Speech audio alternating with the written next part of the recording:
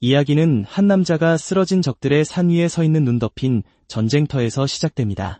그는 뒤돌아서서 애시라고 부르는 흑발의 청년을 발견하고는 꽤 놀란 표정을 짓습니다. 나이든 남자는 상대방이 토벌 임무를 수행 중이었어야 하는데 여기 있는지 묻습니다. 상처 입은 얼굴과 진지한 표정의 흑발 청년은 그를 쓰러뜨리러 왔다고 간단히 대답합니다. 위협을 듣고도 금발 남자는 침착한 표정을 유지하며 상황에 전혀 신경 쓰지 않는 듯 보입니다. 청년은 나이든 남자가 모두를 이용한 뒤 더 이상 쓸모없어지면 버릴 계획이었다고 비난합니다. 그를 아버지라 부르며 두 사람이 부자 관계임을 확인시켜줄 때 그의 눈은 분노로 불타오릅니다. 하지만 나이든 남자는 이것이 누군가, 즉 킹글라스의 목적이라며 냉정하게 대답하고 그를 어리석은 아들이라고 부릅니다. 그리하여 우리는 운명을 바꾸기로 결심한 청년, 주인공 아스터 엘르마임의 이름을 알게 됩니다. 다음으로 우리는 막강한 힘으로 알려진 귀족 가문 하우즈 엘르마임의 문장을 봅니다.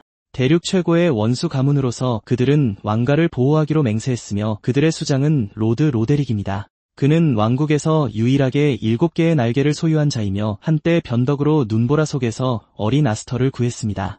이 빚을 갚기 위해 소녀는 아버지의 명령에 한 번도 의문을 품지 않고 그가 요구하는 모든 것을 했습니다. 그러나 그의 삶은 쉽지 않았고 항상 멸시당했습니다. 부러진 목검을 든 그의 기억 속에서 보듯이 다른 소년들은 단지 그곳에 있다는 이유만으로 잘난 척하지 말라며 끊임없이 그를 모욕했습니다. 그의 등에 있는 날개 문장은 마력의 증거였지만 그는 가문에서 유일하게 마법을 사용하지 못하는 사람이었습니다. 이 때문에 그의 형제들은 그를 깎아내리기 위해 잔인하게도 날개 없는 자라는 별명을 붙였습니다. 온갖 경멸에도 불구하고 소녀는 결코 포기하지 않고 지칠 줄 모르고 검술 훈련을 계속했습니다. 청년은 빗속에서 팔굽혀펴기를 하고 모두보다 강해지기 위해 헌신하며 자신을 한계까지 몰아붙였습니다.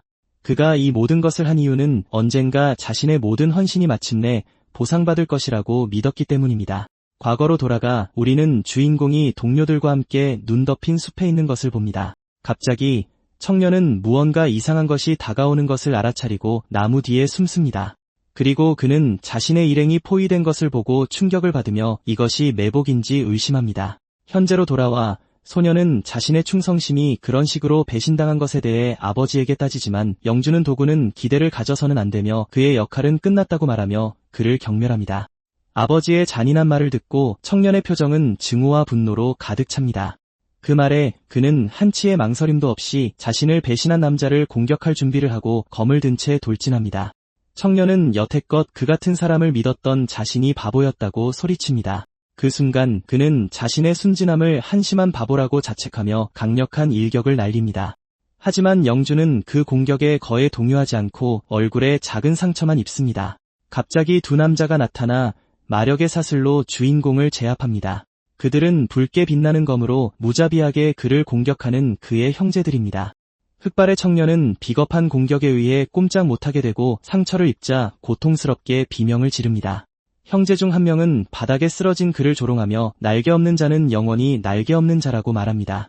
세 사람은 패배한 청년 앞에 서 있고 그들 중 한 명은 굽실거리는 것이 그에게 어울린다고 말합니다. 눈 속에 누워 그는 아버지가 결국 자신을 버릴 계획이었다면 왜 그를 거두었는지 묻습니다. 그러자 영주는 무릎을 꿇고 소년에게 그는 전혀 쓸모가 없었으니 착각하지 말라고 말합니다. 그리고 그는 청년의 머리채를 잡아 경멸적인 시선으로 이를 보게 만듭니다. 남자는 소년 안에 깃든 7날개의 힘만이 필요했다고 밝힙니다. 놀라움으로 가득 찬 얼굴로 주인공은 7날개가 무엇인지 이해하지 못합니다. 그러자 영주는 소년의 어머니가 그의 어둡고 이기적인 계획에 매우 유용했다고 밝힙니다. 그는 그녀가 더 많은 힘을 얻기 위한 자신의 목적에 부합할 씨앗을 품고 있었다고 설명합니다. 절망에 빠진 청년은 그가 떠나는 것을 막으려 눈 속에서 손을 뻗지만 소용이 없습니다. 증오로 가득 차 그는 생각 속에서 로데릭에게 자신의 질문에 답하라고 요구하며 비명을 지릅니다. 하지만 소년이 느끼는 것은 넋이 나간 절망적인 시선으로 거의 얼어붙은 손에 닿는 차가운 눈뿐입니다. 그는 이것이 자신의 여정의 끝인지 궁금해합니다. 그러면서 그는 자신의 삶의 목적과 그 모든 고통이 무엇을 위한 것이었는지 의문을 품습니다. 갑자기 주위가 하얗고 따뜻해지자 그는 눈을 보고 사후세계에 온 것인지 궁금해합니다. 그는 누군가의 품에 안겨 혼란스러워하며 상황을 전혀 이해하지 못합니다. 눈을 크게 뜬 채 소녀는 이것이 꿈이 아니라 현실임을 깨닫습니다. 아기는 아무런 보호 없이 차가운 눈 속에 계속 누워있으면서 자신이 어디에 있는지 궁금해합니다. 그리고 그는 자신의 작은 몸을 보고 무언가 매우 이상하다는 것을 깨닫습니다. 그는 자신의 작은 손을 들어 올리며 그 몸이 정말 자신의 것인지 의문을 품습니다. 소녀는 그것이 단지 작은 몸이 아니라 아기의 몸이라는 것을 이해합니다. 자신을 안고 있는 여자를 보며 그는 그녀가 자신의 팔 안에서 생명이 없다는 것을 알아차립니다. 갑자기 그는 목소리를 듣고 명령을 내리는 누군가의 눈에서 황금빛 섬광을 봅니다. 말을 탄 몇몇 남자들이 눈보라 속에서 필사적으로 그 여자를 찾고 있습니다. 그룹의 리더는 그들에게 그녀가 로데릭을 위해 데려갔다는 아기를 되찾아오라고 명령합니다. 그 이름을 듣자 아기는 충격을 받고 무슨 일이 일어나고 있는지 퍼즐을 맞추기 시작합니다. 그는 로데릭이 아기를 찾고 있었고 자신이 바로 그 아기라는 것을 이해합니다. 그는 공중에 떠있는 저 아기가 정말 자신인지 의문을 품습니다. 소녀는 눈보라 속에서 발견되었던 것을 기억하고 자신이 과거로 돌아왔다는 것을 이해합니다. 그의 현실 인식이 완전히 바뀌면서 황금빛이 그의 주위를 비춥니다. 모든 것이 터무니없다고 생각하며 그는 나중에 상황을 확인해야겠다고 결심합니다. 아기는 그곳에 머물면 다시 공작의 손에 들어갈 것을 알고 있습니다. 결의에 찬 채 그는 생명 없는 여자에게서 기어서 멀어지기 시작합니다. 황금빛 에너지가 그를 감싸고 그는 가능한 한 빨리 탈출해야 한다고 생각합니다. 얼음 같은 눈을 헤치며 나아갈 때 그의 작은 손이 밝게 빛납니다.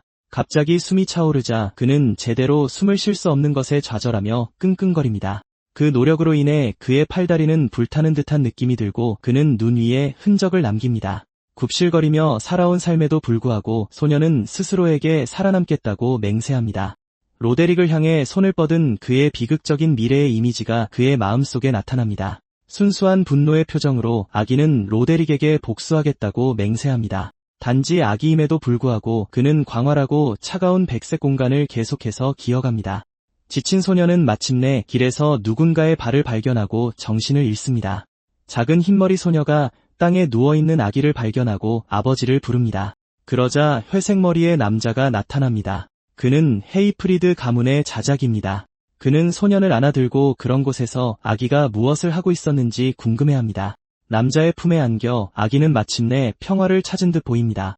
자작은 그곳에서 아이를 찾을 것이라고는 전혀 예상하지 못했기에 놀라움에 눈이 커집니다. 아기를 품에 안은 자작은 흥미를 느끼며 이 아이가 누구일지 궁금해합니다. 그리고 그는 눈 위에 남긴 흔적을 발견하고 아기가 혼자 이동한 거리에 충격을 받습니다. 한편 어린 소녀는 매우 평온한 표정으로 평화롭게 잠들어 있습니다. 어두운 곳에서 소녀는 다른 아이의 이미지를 보며 자신이 어디에 있는지 궁금해합니다. 그러자 붉은 머리의 아기가 공중에 흩날리는 여러 황금 깃털 속에서 그를 환영하러 오는 것 같습니다. 갑자기 그는 침대에서 깜짝 놀라 깨어나 꿈에서 본 무언가를 사용하지 않으려 생각합니다. 그러자 아기는 4명의 아이들이 자신을 쳐다보는 것을 보고 그들 중 한 명이 너무 장난치지 말라고 말합니다. 완전히 혼란스러워진 소녀는 다른 아이들에게 둘러싸여 상황을 전혀 이해하지 못합니다. 소녀 중 한 명이 그를 안지만 흑발 소녀는 풀려나려고 발버둥칩니다. 도약하여 그는 그녀의 팔에서 탈출하는 데 성공하고 다른 아이들을 상당히 놀라게 합니다. 즉시 소녀는 필사적인 표정으로 기어가기 시작합니다. 작은 소녀 중 한 명은 아기의 행동에 충격을 받고 그에게 멈추라고 소리치지만 그는 듣지 않고 얘 쫓기는지 궁금해하며 계속해서 탈출합니다. 절박해진 주인공이 손을 뻗자 그의 몸에서 황금빛 에너지가 뿜어져 나오기 시작합니다. 그의 눈은 새로 깨어난 마법의 오라와 같은 황금색으로 강렬하게 빛납니다. 갑자기 그는 떠오르기 시작하고 이것이 진짜 마법이라는 것을 깨닫고 충격을 받습니다. 자신의 힘에 놀란 소녀는 무슨 일이 일어나고 있는지 이해하지 못한 채 계속 떠 있습니다. 그러다 마법이 실패하고 그는 상황을 통제하지 못한 채 빠른 속도로 떨어지기 시작합니다. 공포에 질린 얼굴로 아기는 계속 떨어지면서 충격에 대비합니다. 다행히 자작이 나타나 그를 붙잡고는 소년이 매우 신비롭다고 생각합니다. 주인공은 자신을 구해준 남자를 알아보고 놀라움에 눈이 커집니다. 그는 이곳이 아버지의 영지인 로드릭 자작령의 헤이프레드라는 사실을 떠올린다. 저택을 보며 소년은 이곳이 엘르마임 가문의 또 다른 집인지 궁금해한다. 그리고 본가의 분가이자 자작가의 가장인 헤이프레드뮤 엘르마임의 초상화가 보인다. 그와 그의 형제 로직은 2개의 날개로 알려져 있었고 함께 왕가를 수호했다. 하지만 소녀는 자작이 내전에서 온 가족과 함께 최후를 맞이했다는 것을 기억한다. 이 정보로 그는 자신이 정말로 과거로 돌아왔으며 이것이 두 번째 기회임을 마침내 확신한다. 그러나 공작가를 도망쳤지만 결국 그의 형에게 붙잡혔다는 생각에 절망한다. 한 여인이 그를 안고 소년의 마력이 폭주해서 공중으로 날아온 것인지 궁금해한다. 그녀는 마침내 그를 곁에 두게 되어 기쁜 듯 아이에게 부드럽게 미소 짓는다. 따뜻하게 안아주며 여인은 더 이상 아무것도 두려워할 필요 없다고 그를 진정시킨다. 소년은 자신을 큰 사랑으로 계속 대해주는 여인의 친절한 행동에 말을 잃는다. 한편 자작은 차분하고 생각에 잠긴 표정으로 두 사람을 지켜본다. 그러자 노인은 손을 뻗으며 이 아이가 엄청난 힘을 지니고 있다고 말한다.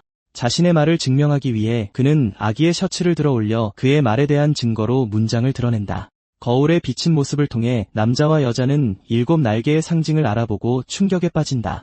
소년은 자신의 몸에 있는 표식을 보고 절망하며 왜 그것이 있는지 의아해한다. 충격이 그의 마음을 완전히 사로잡자 그의 눈은 강렬한 황금빛으로 빛난다. 그는 자신이 가진 7날개의 힘이 필요하다고 말했던 로드릭의 말을 떠올린다. 그 순간 아버지가 자신을 차갑고 계산적인 방식으로 안고 있던 기억이 그의 마음속을 스쳐 지나간다. 소년은 마침내 자신이 미래의 7날개를 빼앗기기 위해 거두어졌다는 것을 깨닫는다. 분노하며 소년은 로드릭이 감히 자신을 날개 없다고 부를 수 있는지 의문을 품는다. 그녀를 따르자 여인은 품에 안긴 아이의 갑작스러운 표정 변화에 혼란스러워한다. 여인은 자작에게 품에 안긴 아이를 어떻게 할 것인지 묻는다. 그 질문을 듣고 아이는 상황이 좋지 않으며 빨리 행동해야 한다고 생각한다. 그는 복수를 위해 그 힘이 필요하기에 자신의 힘이 엘르마임 가문의 손에 넘어가서는 안 된다는 것을 안다. 소년이 놀랍게도 노인은 그저 그를 입양할 것이라고 말한다. 이 예상치 못한 결정의 주인공은 완전히 말을 잃고 아무런 반응도 보이지 못한다. 부드러운 손길로 소년의 머리를 쓰다듬기 위해 손을 뻗는다. 그리고 그는 소년이 아직 혼자 날 수 없는 풋내기이며 도움이 필요하다고 말한다. 노인은 그가 날 수 있는 날까지 그를 돌보고 책임을 지겠다고 약속한다. 아이는 남자의 친절하고 다정한 말을 듣고 눈이 커진다. 갑자기 방문 뒤에서 대화를 엿듣던 어린 소녀 중 한 명이 바닥으로 넘어진다. 자작은 아이들이 내내 대화를 엿듣고 있었다는 것을 깨닫는다. 그들 중 한 명이 집에 온 새로운 아기가 걱정되었다고 인정한다. 가족으로 모여 아이들은 새로운 가족 구성원을 안고 있는 어머니에게 다가간다.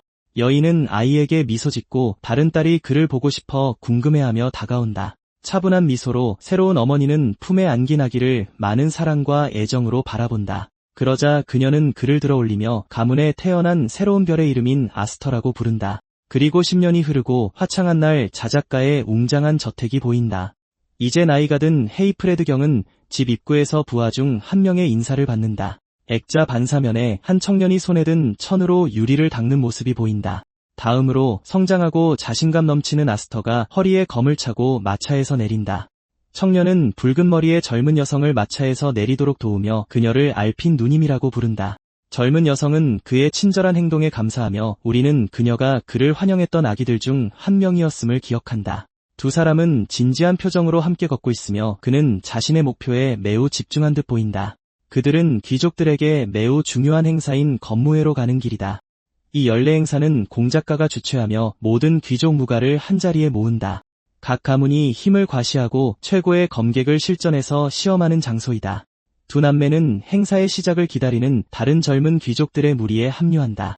사람들은 자작 가문과 출신을 알 수 없는 입양아에 대해 수군거리기 시작한다. 악의적인 눈으로 그들은 자작 가문이 엘르마임의 이름을 얼마나 더럽힐 계획인지 궁금해한다. 귀족 중 한 명이 주인공의 등을 가리키며 그가 입양아임을 알아본다. 그의 누나는 시선을 알아채고 청년에게 악의적인 말에 신경 쓰지 말라고 말한다. 주먹을 꽉 쥐며 그녀는 이곳에서는 약자가 항상 무자비하게 짓밟힌다고 말한다.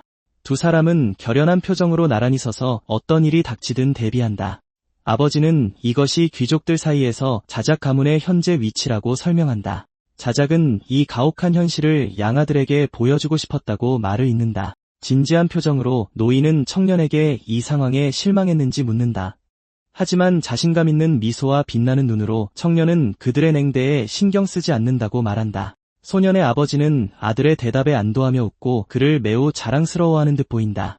전생에서 아스터의 사격에 대비는 투기장에서의 굴욕적인 패배로 얼룩졌다. 그곳은 쓰라린 기억을 간직하고 있었다. 하지만 이제 7날개를 되찾았으니 모든 것이 달라질 것이다. 황금빛 눈을 밝게 빛내며 그는 이번에는 누구에게도 굴욕당하지 않겠다고 맹세한다.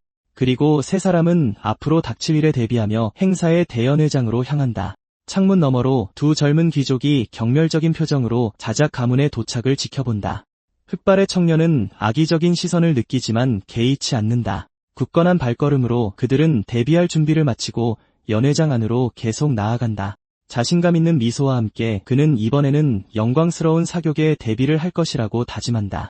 기사들이 지배하던 시대에 힘은 귀족에게 가장 중요한 것이었다. 그러자 행사 결투 중 한 금발의 청년이 검으로 싸우는 모습이 보인다. 귀족에게 힘은 검술 숙련도와 전투 기술로 측정되었다. 투기장에서의 싸움은 검술의 정점이자 최고의 전사들을 위한 시험으로 여겨졌다. 전투에서의 위험은 귀족이 자신의 명성과 가문의 힘을 보여주는 방식이었다. 두 사람이 투기장에서 싸우는 동안 군중은 모든 움직임을 큰 관심으로 지켜본다. 갑자기 두 검객이 빠르고 결정적인 공격으로 서로에게 돌진한다. 하지만 힘과 위험의 절대적인 상징은 극소수만이 진정으로 지녔던 메탈이었다. 정확한 일격으로 금발의 청년은 투기장에서 상대방을 무장 해제시키고 물리치는 데 성공한다. 붉은 머리의 청년은 모두 앞에서 그토록 굴욕적으로 패배한 후 충격에 빠진다. 승자는 힘과 위엄을 상징하는 문장을 드러내며 검을 들어 올린다. 그의 손에 빛나는 표식은 기사로서 그의 힘과 명예를 증명하는 메탈이었다. 관람석에서 지켜보던 자작 가족은 이곳이 여전히 숨막히는 곳이라고 말한다.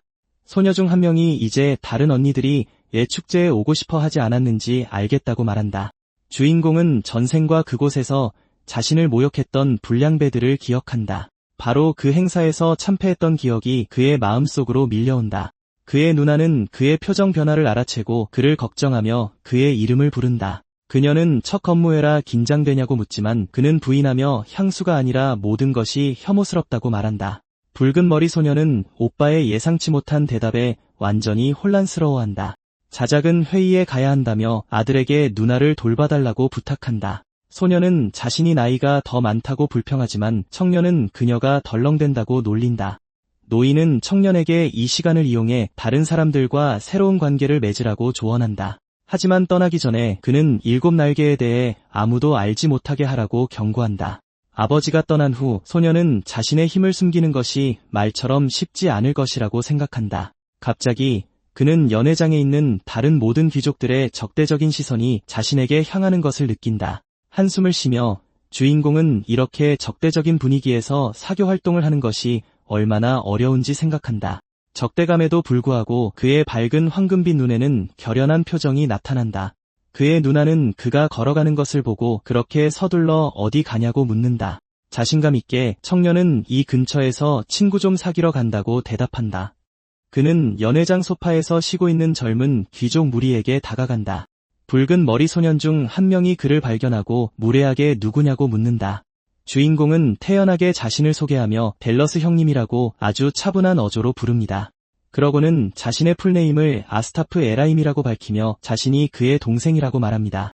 붉은 머리 소년은 놀라고 젊은 남자는 멀리서 그를 보고 인사하러 왔다고 설명합니다. 다른 귀족이 댈러스에게 이 아이가 자작 가문에 입양된 아이라고 설명합니다. 댈러스는 증오의 찬 표정으로 그래서 감히 이름에 L자를 쓰는 거냐고 말합니다. 주인공은 댈러스와 그라이언이 전생에 자신을 배신했던 자들이라는 것을 기억해냅니다. 그 기억과 함께 한때 그 둘을 위협적으로 여겼던 자신이 한심하게 느껴집니다.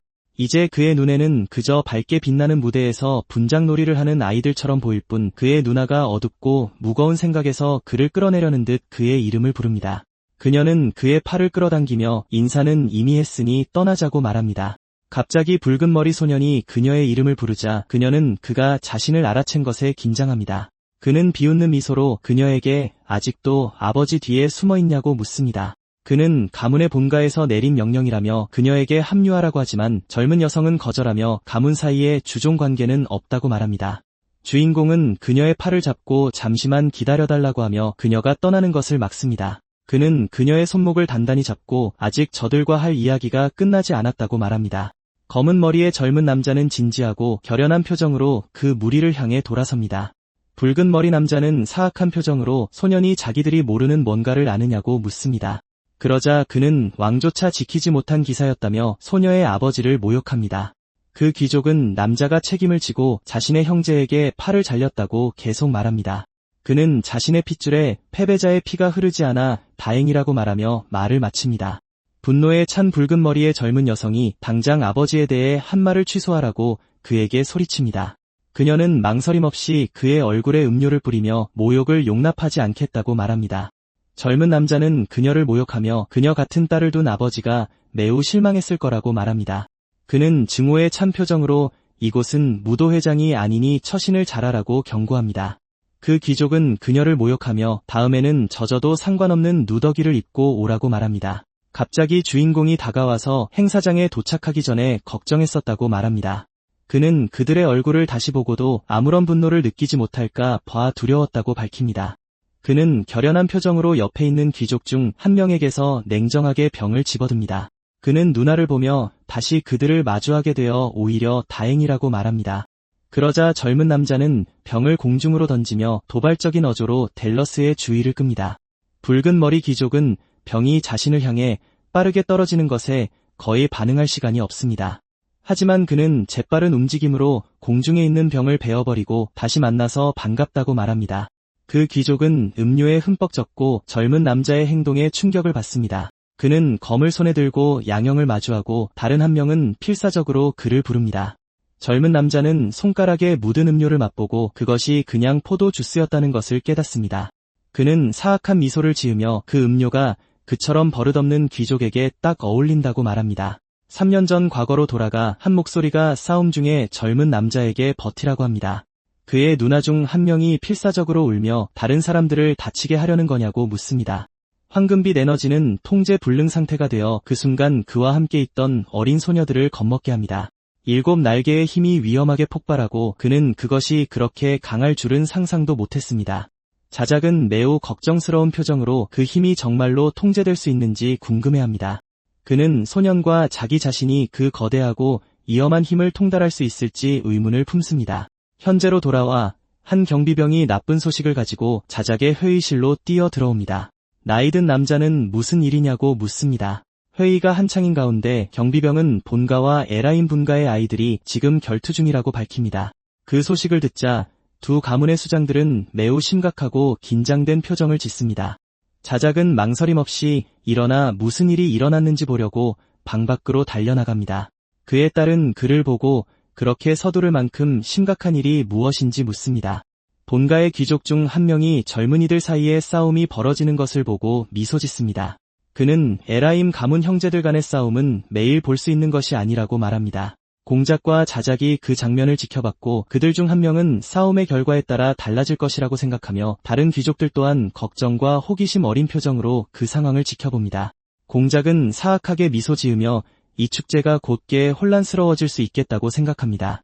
댈러스는 흉포하게 그를 향해 공작 가문에 그런 식으로 싸움을 건 바보라고 부릅니다. 그는 자신의 네 날개 문장을 보여주며 자신이 완전히 다른 수준에 있다는 것을 증명합니다. 붉은 머리는 경멸적인 표정으로 주인공에게 자신의 날개 문장을 보여달라고 요구합니다. 붉은 머리는 주인공에게 문장을 보여주기 부끄럽냐고 물으며 조롱합니다. 소녀는 우쭐한 미소를 지으며 단순한 문양으로 뽐내는 것은 창피한 일이라고 말합니다. 댈러스는 두려움 없이 자신에게 도전하는 소년의 도발과 대담함에 격분합니다. 젊은 남자는 자신이 이기면 댈러스가 자신의 누나에게 사과해야 한다고 제안합니다. 붉은 머리는 도전을 받아들이지만 자신이 이기면 상대방은 영원히 자신의 개가 될 것이라고 말합니다. 시간을 낭비하지 않고 댈러스는 검을 들고 돌진하고 두 사람은 홀에서 격렬한 전투를 시작합니다. 칼날이 힘껏 부딪히고 주인공은 큰 어려움 없이 공격을 막아냅니다. 검은 머리의 젊은 남자는 큰 힘으로 검을 쥐고 굳건하고 집중된 자세로 서 있고 댈러스는 네 날개 문장의 힘을 이용해 다음 일격을 마법으로 강화합니다. 붉은 오라가 그의 검을 감싸고 그는 상대에게 강력한 공격을 퍼붓습니다.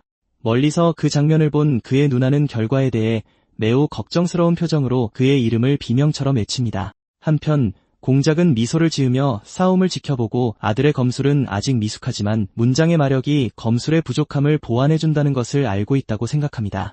그는 한 날개의 마법은 작고 매우 약한 촛불의 불꽃과 같다고 설명합니다. 한편 내 날개에 담긴 마법은 거대하고 파괴적인 힘의 폭발과 같습니다. 붉은 머리는 사악한 미소를 지으며 소년에게 이전의 용기는 다 어디로 갔냐고 묻습니다. 그는 자신의 말에 대해 사과하게 만들고 싶지 않았냐고 물으며 그를 조롱합니다. 분노에 찬 델러스는 주인공에게 힘을 보여주고 방어에만 숨지 말라고 요구합니다. 붉은 머리는 싸움을 완전히 끝내기 위해 양손으로 마지막 일격을 준비합니다. 귀족 중 한 명이 만족스러운 미소를 지으며 그 공격으로 승부는 이미 결정되었다고 말합니다. 주인공이 마지막 반격을 준비하자 황금빛 오라가 그의 검을 감쌉니다. 그는 재빠른 움직임으로 델러스의 일격을 막고 두 에너지가 힘껏 충돌합니다. 붉은 머리는 자신의 공격이 그렇게 쉽게 막힐 줄 예상하지 못했기에 완전히 충격을 받습니다. 검은 머리의 젊은 남자는 자신감 있는 미소를 지으며 상대에게 말이 너무 많다고 말합니다. 그는 발차기로 반격하고 단 한 번의 정확한 일격으로 귀족을 날려버립니다. 젊은 남자는 굳건한 자세로 서 있고 그의 황금빛 오라가 주변에서 강렬하게 빛납니다. 그는 복수만을 위해 자작의 집에서 마법을 배우며 10년을 기다렸다고 생각합니다.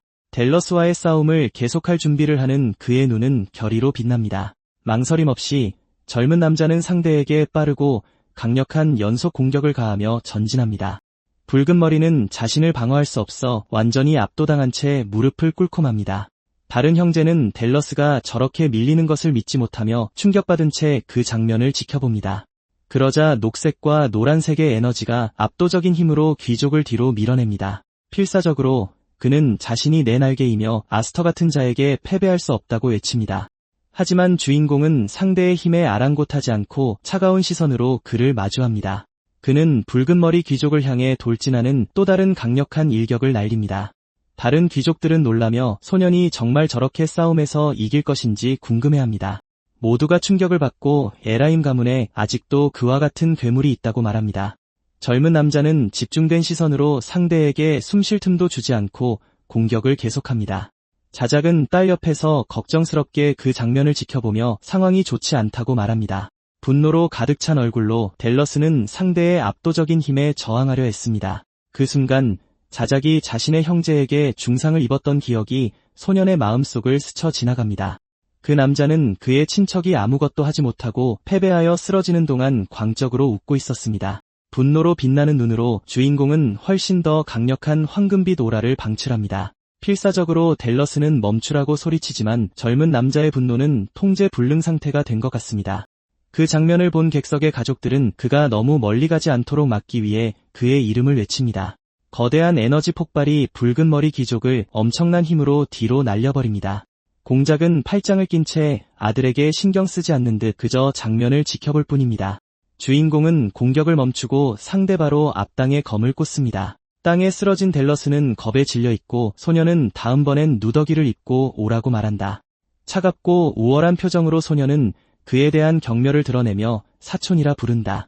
그리고는 몸을 돌려 관람석에서 놀란 눈으로 자신을 보고 있는 가족을 쳐다본다. 소년은 자신의 옛 약점이 사라졌음을 보여주며 더 이상 날개 없는 애시가 아니라고 선언한다.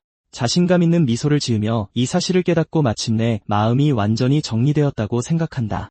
갑자기 소년이 사악한 기운을 감지하자 그의 눈이 붉은 빛으로 빛난다. 계단 꼭대기를 쳐다보자 검붉은 기운을 뿜는 사악한 형체가 보인다. 주인공은 그 압도적이고 사악한 힘의 주인이 누구인지 깨닫고 충격에 빠진다. 남자는 순수한 악의와 경멸이 담긴 표정으로 소년을 내려다본다. 얼굴에 식은땀을 흘리며 소년은 자신의 옛 아버지가 눈앞에 있다는 것을 믿을 수 없다. 귀족들은 자작가의 막내 아들이 본가의 셋째 아들을 이겼다는 것을 믿지 못하지만 영주가 이 굴욕을 가만히 두지 않을 것이기에 그의 등장은 모두를 곤란한 상황에 빠뜨린다. 주인공은 위협적인 기운을 느끼고 다가오는 남자를 마주보기 위해 몸을 돌린다. 땅에 쓰러진 델러스는 아버지가 마침내 자신을 구하러 온 것을 보고 미친 듯이 웃는다. 소년은 에라임 가문의 수장인 강력한 영주 로데릭과 마주하게 된다. 나이든 남자는 심각하고 분노에 찬 표정으로 그를 쳐다보며 이 상황이 전혀 마음에 들지 않는 듯하다. 증오로 가득 찬 얼굴로 소년은 전생에 자신을 배신했던 자의 이름을 떠올린다. 붉은 머리 소녀는 아버지에게 기어가 필사적으로 다리를 붙잡고 도움을 청한다. 눈물을 글썽이며 댈러스는 아버지가 주인공으로부터 자신을 지켜주길 바라며 그를 부른다. 그는 소년을 가리키며 감히 가문에 도전한 놈이라고 비난한다. 귀족 소녀는 아버지에게 힘을 써서 저 녀석의 버릇을 고쳐달라고 애원한다. 갑자기 영주는 잔혹하고 냉정한 힘으로 자기 아들의 손을 바닥에 짓뭉갠다. 댈러스는 고통의 비명을 지르며 가차없이 자신을 벌하는 아버지의 예상치 못한 행동에 충격을 받는다. 다른 귀족들은 그 광경에 경악하며 아들을 향한 남자의 잔인함을 이해하지 못한다. 댈러스의 형조차 붉은 머리 동생의 손이 그렇게 으스러지는 것을 보고 할 말을 잃는다. 영주는 가문의 이름에 먹칠을 하고 애 우느냐고 물으며 그에게 굴욕을 준다. 그 광경을 본 자작은 형에게 잔인한 짓을 멈추고 아이를 해치지 말라고 소리친다. 하지만 그는 자작을 무시하고 붉은 머리 소년에게 검을 잡을 자격이 없다고 말한다. 모두가 충격과 침묵 속에서 그 장면을 지켜보자 홀에는 긴장된 침묵이 흐른다. 두 형제는 직접적인 대결을 준비하며 증오에 찬 눈빛으로 서로를 마주한다. 검은 머리 소년이 앞으로 나아가 영주에게 검을 겨누며 질문을 던진다. 그는 사촌이 약속대로 아직 알핀 누나에게 사과하지 않았다고 말한다. 도전적인 표정으로 소년은 숙부에게 사과가 끝날 때까지 벌을 미뤄달라고 요청한다. 나이든 남자는 그를 비웃으며 고아 주제에 에라임이라도 된 줄 아냐고 묻지만 소년은 자신은 자작의 아들이며 그에게서 기사의 긍지를 배웠다고 답한다. 영주는 대답에 신경 쓰지 않고 관람석에 있는 자기 가족만 쳐다본다. 그는 소년의 태도가 본가의 명예를 더럽혔다고 비난한다. 공작은 그 광경을 보며 상황이 보이는 것보다 훨씬 심각하다는 것을 이해한다. 다른 귀족은 이것이 단순한 아이들 싸움으로 해결될 수 없다고 말한다. 밝은 머리의 젊은 남자가 모든 혼란을 즐기는 듯 사악하게 미소 짓는다. 남자 중 하나는 소년의 아버지가 불충의 대가로 팔 한쪽을 바쳤던 것을 기억해낸다. 영주는 소년에게 그 대담함에 대해 무엇을 희생할 준비가 되었는지 묻는다.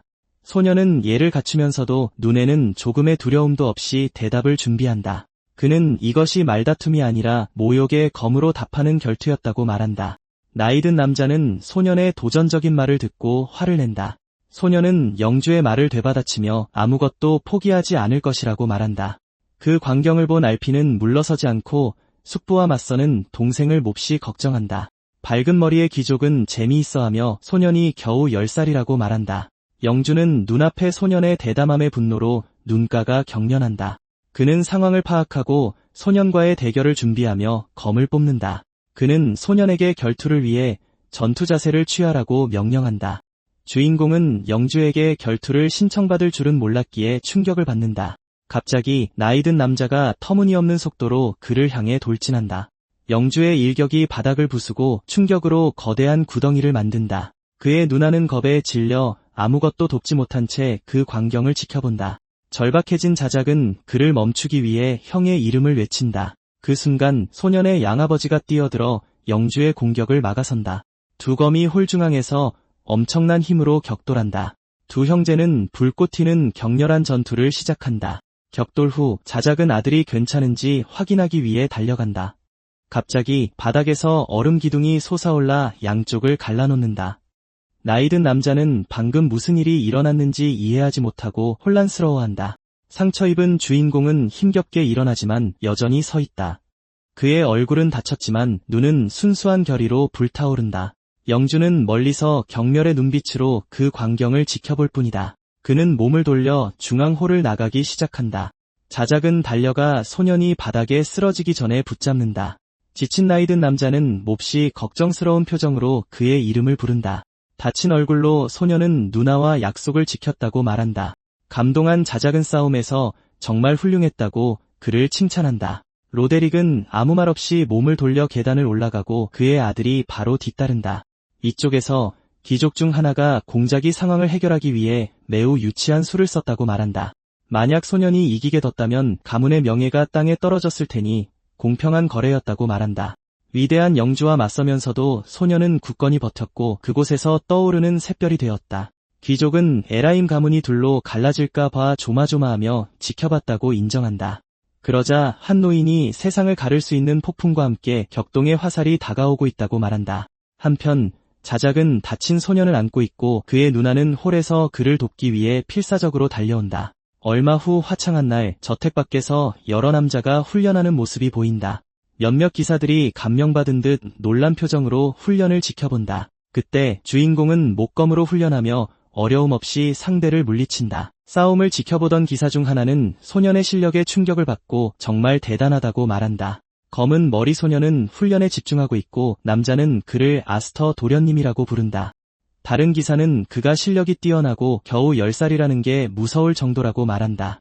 그는 이어서 소년이 로데릭 영주의 셋째 아들을 압도했다고 말한다. 그의 친구는 본가가 오랫동안 자신들을 억압해왔기 때문에 이것이 통쾌한 이야기라며 미소 짓는다. 훈련하면서 소년은 검무회에서 자신의 힘과 존재감을 충분히 보여줬다고 생각한다. 그는 이것이 자작가를 조롱하고 수치라고 부르는 목소리들을 잠재울 것이라 믿지만 소년은 자신의 진짜 목표는 여전히 에라임 가문 그 자체와 그의 옛 아버지라는 것을 알고 있다. 그래서 그는 홀에서 델러스와의 결투를 통해 자신의 힘이 어디까지 통하는지 시험해보고 싶었다. 강도 높은 훈련을 계속하는 동안 영주와의 싸움에 대한 기억이 그의 마음속에 떠오른다. 결의의 찬 표정으로 주인공은 현재 수준으로는 로데릭을 이길 수 없다는 것을 알고 있다.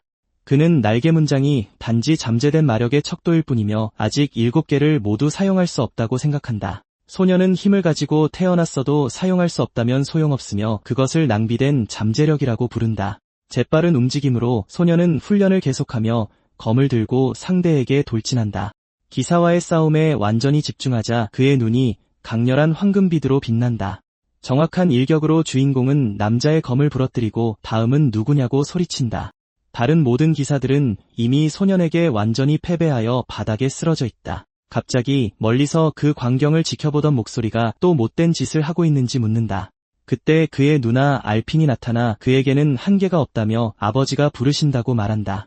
소년은 알겠다고 하고 바닥에 쓰러진 기사들을 지나 그녀를 향해 걷기 시작한다. 그때 소년은 소녀가 입고 있는 옷을 보고 그녀의 선택에 꽤 놀란 듯하다. 젊은 여인은 그에게 몸을 돌려 호기심 어린 표정으로 뭐가 문제냐고 묻는다. 그는 보기 드문 광경이라며 전에는 그런 종류의 옷을 입는 것을 싫어하지 않았냐고 묻는다. 하지만 젊은 여성은 모든 것에는 균형이 필요하며 오빠가 자신에게 영감을 주어 지금처럼 머물지 않게 했다고 답합니다. 주인공은 누나의 대답에 약간 혼란스러워하며 무슨 뜻인지 이해하지 못합니다. 미소를 지으며 그녀는 그의 훈련용 검을 들고 돌아오면 자신과 많은 시간을 보내게 될 것이라고 말합니다. 청년은 누나의 결의에 기뻐하며 그녀의 태도에 미소를 짓습니다. 그러고는 다음 함께하는 훈련에서는 살살해달라고 농담을 건넵니다. 얼마 후 소년은 부름에 응하기 위해 양아버지의 집무실 문을 두드립니다.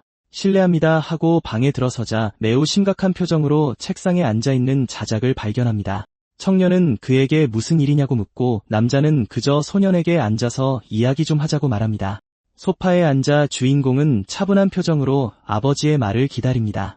나이든 남자는 그를 가족으로 맞이한 지 10년이 지났다고 말하며 이야기를 시작합니다.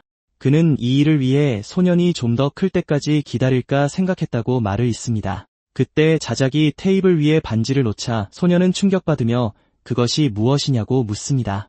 그러자 남자는 그 반지가 자작 가문의 차기 가주가 될 증표라고 밝힙니다. 진지한 표정으로 그는 아스터가 자신의 뒤를 잇기를 원한다고 말하자 청년의 눈이 빛납니다. 자작은 그들의 가문이 매우 위태로운 상황에 처해 있으며 청년도 이미 이를 알고 있다고 설명합니다. 그는 비록 엘르메임 가문의 분가이지만 지켜야 할 자신들의 영지가 있다고 말을 잇습니다.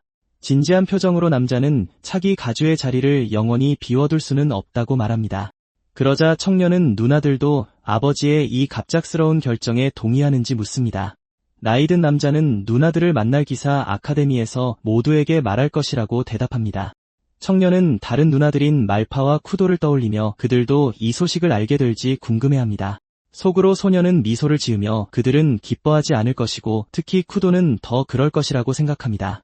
양아버지는 그녀가 단지 7개의 날개를 가진 소년으로 태어났다는 이유만으로 그를 싫어한다고 설명합니다. 그 말에 주인공은 일어서서 차기 가주가 되라는 제안을 거절합니다. 그는 자신의 마법을 제어할 수 없고 너무 미숙해서 누나를 다치게 할 뻔했다고 말합니다. 검은 머리 청년은 화난 누나를 설득할 수 있는 것은 아무것도 없으며 자신은 준비가 되지 않았다고 말합니다. 나이 든 남자는 차분하고 생각에 잠긴 표정으로 아들의 태도를 그저 지켜봅니다. 그러고는 청년이 정말 평범한 아이인지 항상 의심하게 만들었다고 말합니다. 미소를 지으며 자작은 그 반지를 건무회에 대한 보상으로 생각했다고 말하며 상자를 엽니다. 하지만 그는 말을 이어 소년이 그 상자 안에 있는 것을 더 좋아할 것 같다고 말합니다. 상자 안의 내용물을 본 소년은 놀라 눈을 크게 뜨며 그것이 무엇인지 궁금해합니다. 나이 든 남자는 그것이 가문의 보물인 마검 그레이엄이라고 밝힙니다. 이것은 7날개의 힘을 제어할 수 있는 유일한 무기, 집어삼키는 마검입니다. 자작은 청년을 숲으로 데려가 자신이 계획한 일에는 이 장소가 적합할 것이라고 말합니다. 청년은 왜 훈련장으로 가지 않았는지 묻고 나이 든 남자는 예방 차원이라고 말합니다. 그러고는 자신의 양아들이 훈련 중에 물건을 부수는 버릇이 있다는 것을 떠올립니다. 남자는 검 그레이엄이 강렬한 빛과 함께 가문의 장남에게만 전해지는 유명한 검이라고 설명합니다. 그 검은 나이 든 남자의 손에서 거대한 힘으로 활성화되는 것처럼 보입니다.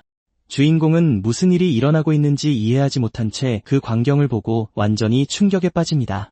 소년은 무기에 칼날이 없는 것을 보고 이것이 정말 검인지 의아해하지만 양아버지가 마력을 주입하자 붉은 에너지의 칼날이 손잡이에서 나타납니다. 그는 그 무기가 사용자의 힘에 의해 완성되는 잠재력의 검이라고 설명합니다. 그때 강력한 붉은 에너지의 공격이 앞으로 뻗어나가며 숲속의 모든 것을 파괴합니다. 그 일격은 너무나 강력해서 공기와 먼지의 소용돌이를 만들어내며 마검의 엄청난 힘을 보여줍니다. 남자는 어중간한 힘으로는 사용자가 검에 빨려 들어갈 수 있으며 검에는 사연이 있다고 경고합니다. 진지한 표정으로 그는 청년에게 검을 건네며 사용해보고 싶은지 묻습니다. 망설임 없이 청년은 자신의 힘을 시험할 준비를 하며 양손으로 검자루를 붙잡습니다. 자신만의 칼날을 만들기 위해 무기에 만화를 집중하자 황금빛 기운이 그를 감쌉니다. 그러자 황금빛 에너지가 엄청난 힘으로 폭발하고 소년은 그것을 제어하기 위해 애쓰는 것처럼 보입니다. 그는 자신의 명령 없이 만화가 저절로 검으로 흘러들어가고 있다는 것을 깨닫습니다. 갑자기 거대한 빗줄기가 하늘로 솟구치고 뜰에 있던 기사 중 한 명이 그 섬광을 목격합니다. 그들 중 한 명은 혜성이 떨어졌냐고 묻지만 그의 친구는 그 반대라며 무언가 하늘로 날아갔다고 말합니다. 그의 누나도 그 광경을 지켜보고 한 남자가 다른 남자에게 그게 무슨 뜻이냐고 묻습니다. 그러자 그의 누나는 하늘을 보며 저것은 분명 주인공의 짓이라고 말합니다. 그때 청년은 미소를 지으며 검을 들고 정말 대단하다고 말하지만 양아버지는 대단한 것은 검이 아니라고 정정해줍니다. 그러고는 하늘을 가리키며 인상적인 것은 소년의 힘이라고 말합니다. 남자는 가문 전체 혈통에서 7날개의 문장을 가진 사람은 아무도 없었다고 설명합니다. 그는 청년이 자신의 힘을 완전히 익히면 로드릭 경조차 능가할 것이라고 믿습니다. 그때 자작은 자신의 양아들이 자신과 자신의 형제들 다보다 더 강해질 것이라고 생각합니다. 하지만 그는 그토록 큰 힘은 항상 많은 갈등을 낳게 된다고 경고합니다. 남자는 만약 사람들이 소년이 7개의 날개를 가졌다는 것을 알게 되면 문제가 될 것이라고 말을 잇습니다. 그러고는 모두가 청년을 시기하거나 심지어 원망할 것이라고 설명합니다. 그는 어떤 이들은 그를 이용하려 할 것이고 다른 이들은 위협으로 간주하여 그를 제거하려 할 것이라고 경고합니다. 청년이 약한 것을 후회하지 않도록 남자는 그에게 손을 내밉니다. 진지한 표정으로 그는 청년에게 아직 훈련할 수 있을 때 강해지라고 말합니다. 주인공은 그의 손을 잡고 더 이상 비참한 삶을 살지 않겠다고 맹세합니다. 결의의 참모습으로 그는 아버지에게 감사하며 7날개와 검을 마스터하겠다고 약속합니다. 사흘이 지나고 자작 가문은 누군가를 두 팔 벌려 집으로 맞이합니다. 그때 두 젊은 여성이 도착하고 붉은 머리의 여성이 극적으로 자신의 귀환을 알립니다. 과장된 자세로 그 소녀는 마침내 돌아온 것에 매우 기뻐하는 것 같습니다. 그러고는 팔을 벌려 여동생들에게 재회의 포옹을 청합니다. 하지만 소녀들은 흰머리 여성에게 달려가 말파 언니라고 부르며 껴안습니다. 붉은 머리의 젊은 여성은 팔을 벌린 채로 남겨져 왜 아무도 자신을 안아주지 않느냐고 묻습니다. 그러자 어린아이 중 하나가 언니는 항상 자기들 머리를 함부로 망가뜨린다고 불평합니다. 당황한 붉은 머리 여성은 모든 것을 부인하며 동생들에게 절대 그런 짓을 하지 않을 것이라고 말합니다. 갑자기 그녀는 몸을 돌려 계단 근처에서 그 광경을 지켜보고 있는 알핀을 발견합니다. 망설임 없이 쿠도는 달려가 다른 소녀를 아주 꽉 껴안습니다. 분홍머리 소녀는 언니가 놓아주지 않고 자신을 매우 꽉 껴안자 불평합니다. 그 광경을 본 흰머리 젊은 여성은 아버지에게 아스터 오라버니는 어디 있냐고 묻습니다. 자작은 차분한 미소를 지으며 딸의 질문에 답하기 시작합니다. 진지한 표정으로 쿠도는 양오빠의 이름이 언급되자 돌아섭니다. 한편 청년은 훈련을 하며 숲에서 붉은 에너지의 폭발을 일으킵니다. 주인공은 제어 불능 상태인 자신의 힘을 피합니다. 숨을 헐떡이며 식은땀을 흘리며 그는 아직 마검을 마스터하지 못했다는 것을 깨닫습니다. 그는 칼날을 만들어낼 수는 있지만 안정적으로 유지하는 것만으로도 한계에 다다랐다고 생각합니다. 파교의 한가운데서 청년은 아버지처럼 되기 위해 무엇을 해야 할지 고민합니다. 갑자기 한 목소리가 그가 분에 넘치는 짓을 했다고 말하고 쿠도가 그를 향해 걸어오며 나타납니다. 청년은 그녀가 벌써 돌아왔는지 묻고 붉은 머리 여성은 그가 자신을 마중 나오지도 않았다고 불평합니다. 비웃는 미소로 소녀는 자신을 만나러 오지 않은 그를 냉정하다고 부릅니다.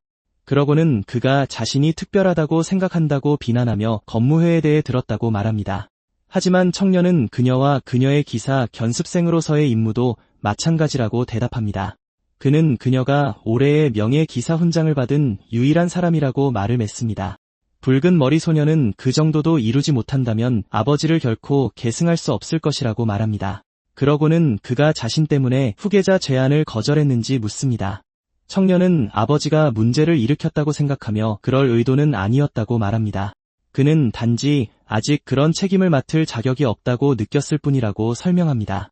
그러자 붉은 머리 여성은 돌아서서 아버지와 오빠에 대해 이야기하며 걸어가기 시작합니다.